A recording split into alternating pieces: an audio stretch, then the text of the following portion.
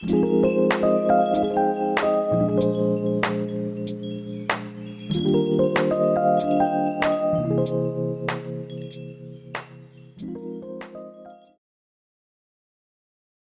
want to ask this question for Najwa. Okay, so debt is considered a serious problem for an individual as well as a group of people.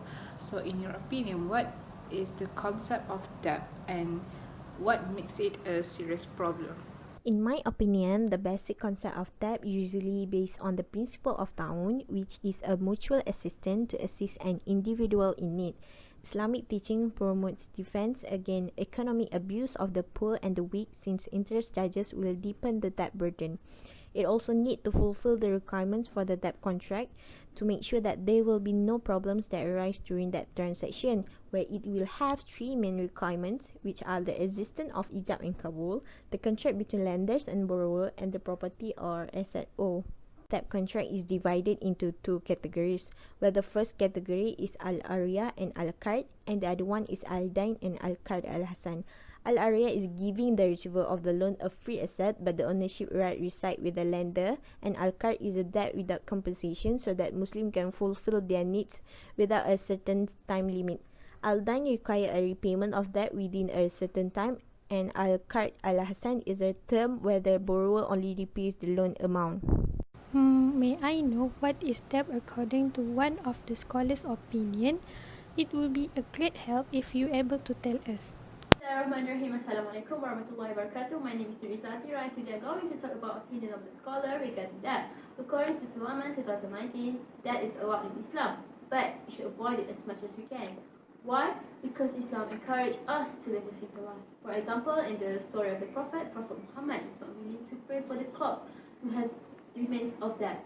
And also, Prophet Muhammad was noted as saying, if a man was killed in a barrel for the sake of Allah, and then he was brought back to life, and he owed a debt, that man should not enter the paradise until his debt was paid off.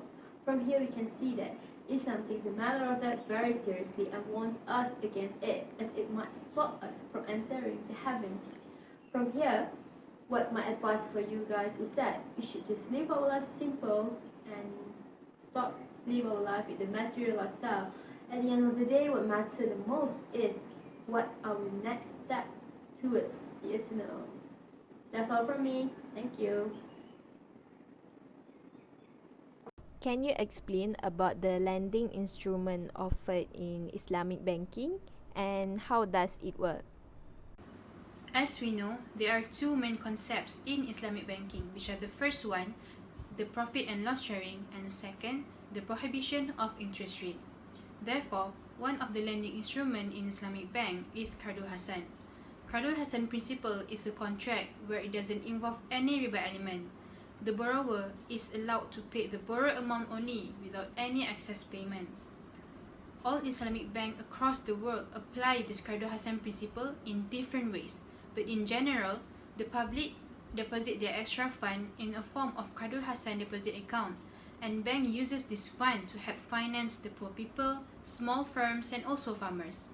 While in Malaysia, the Qardul Hasan principle in Islamic banks aims to provide credit to poor people, especially in microfinance institutions. This interest-free loan helps to avoid oppression towards poor people, build relationship between the poor and the rich, enhance the economy, and better wealth allocation. So I have a question. How does the national debt affect the economy? Would it slow down the economy? And what about its impact on individual, especially in Islamic point of view? Assalamualaikum. So to answer the question, first of all, we should know that the debt is actually could save the country whenever its economy is shrinking. However, overborrowing could give bad impacts to its economy. Hence, effective uses of it is very, very important. By using the right measurement could also channel the benefits not only to the economy but also to the people as well. For example, government should make sure the debt is yet to reach its maximum level of borrowing so that it will not lead to overborrowing later. As a Muslim, we are not supposed to live in debt. That in some cases, the individual is actually able to pay the debt back. In addition, we are not supposed to take out loan for the purpose of live in luxury. For the impact, it actually depends on the individuals and the purpose of it. For example, if the individuals take out the loan for the purpose of starting a new business, it's actually good, allowed in Islam. But for the purpose of gambling, it is very, very prohibited in Islam, because it will not give burdens to the individual, but also it will impact their future generation as well. Many scholars from the population said that will affect the society. What is your opinion on this statement? And also, from your point of view, does increases in debt will affect the government? In my opinion, when the government increase their borrowing, a higher percentage of the savings available for investment would go towards government securities. In return, private sectors would decrease their amount invested and thus would reduce wages as well, lessening people's incentive to work and making the workforce less productive.